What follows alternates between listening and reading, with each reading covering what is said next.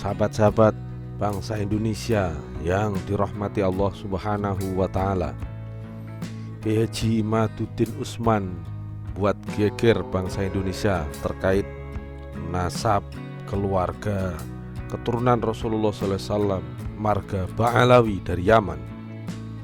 Bahkan Kiai Imaduddin Usman menyebut dalam salah satu pidatonya terkait peran dan kiprah kesejarahan para sahadah Ba'alawi, keluarga Ba'alawi yang menurut Kiai Imaduddin Usman absen atau tidak ada dalam sejarah perjuangan melawan penjajah. Mulai 10 November, Perang Diponegoro, Perang Banten dan lain sebagainya. Menurut Kiai Haji Imaduddin Usman, keluarga sahadah Ba'alawi tidak ada yang turut serta melakukan perlawanan terhadap penjajah. Karenanya bagi Kiai Imaduddin Usman, mereka yang mengaku sahadah Ba'alawi ini perlu direspon secara serius. Bahkan ia meminta agar sahadah Ba'alawi melakukan tes DNA. Terkait pernyataan Kiai Haji Imaduddin Usman yang menyebut absennya sahadah Ba'alawi dalam mengusir penjajah ini, mendapatkan tanggapan yang luar biasa dari Habib Naufal Muthohar Semarang. Berikut ini jawaban yang disampaikan oleh Habib Naufal Muthohar Semarang. Saya terkejut ketika ada oknum kiai dengan berapi-api di atas mimbar menceritakan perjuangan para ulama melawan penjajah, lalu dengan nada sinis mengirimkan pesan kepada kaum sahadah Ba'alawi, ente ada di mana? Maksudnya, di mana peran para sahadah Ba'alawi ketika perjuangan fisik melawan penjajah? Lalu disambung lagi dengan kalimat tegas, tidak ada. Baiklah, akan saya uraikan jawaban untuk oknum kiai tersebut agar kita bisa berpikir jernih. Sultan Mahmud Badarudin II, Palembang, yakni tahun 1767 sampai 1852, dan dibantu oleh gurunya yang kemudian dijadikan menantunya, yakni Sayyid Umar bin Muhammad As-Segaf. Terbukti dalam sejarah mengobarkan perang melawan Belanda dan Inggris di Palembang. Sang Sultan dan sang Sayyid beserta keluarga besarnya pun ditangkap dan diasingkan ke Ternate sampai wafat. Kelak Sayyid Abdullah bin Umar As-Segaf juga diasingkan ke Tondano, Sulawesi karena melawan kolonial. Ketika pecah Perang Jawa, yakni tahun 1825 sampai 1830, yang dikobarkan oleh Pangeran Diponegoro, di sana terdapat banyak sahadah Alawi yang berada di barisan Diponegoro. Di antaranya Sayyid Hasan bin Alwi Ba'bud yang menjadi komandan resimen, lalu mendapat gelar Tumenggung Samparwadi.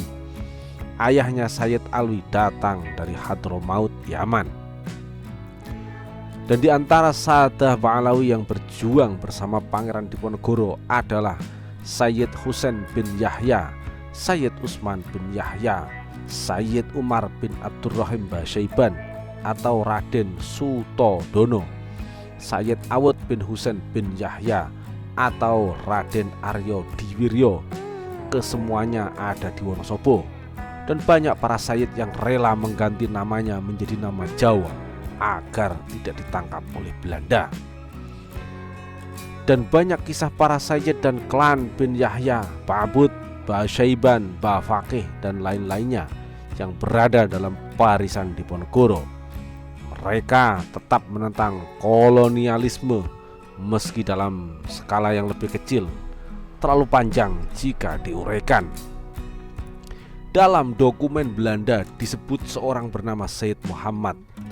Dari Hadramaut beliau ke Mekah, lalu ke Aceh dan masuk ke Jawa, mengorbankan perlawanan dan ditangkap tahun 1815 dan diasingkan tanpa diketahui makamnya.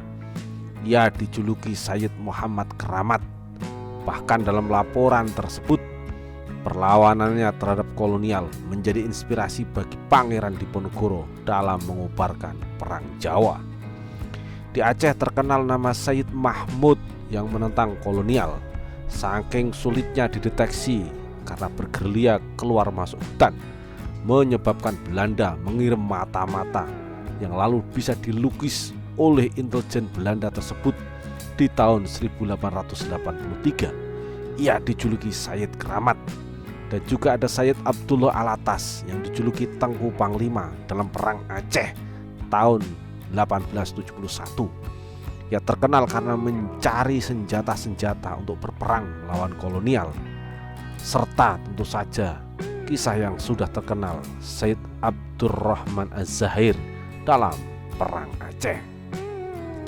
Pada tahun 1900-an banyak Sayyid yang dipenjara karena melawan kolonial, di antaranya Sayyid Abdullah bin Muhsin Alatas Bogor, Sayyid Salim bin Jindan Jakarta, Sayyid Ali Kuitang, dan masih banyak lagi. Tahun 1943 Sayyid Soleh Ali Drus Kubu diculik oleh Jepang lalu dihukum mati karena menentang penjajahan Jepang di Kalimantan Barat. Hingga kini jasadnya belum diketahui.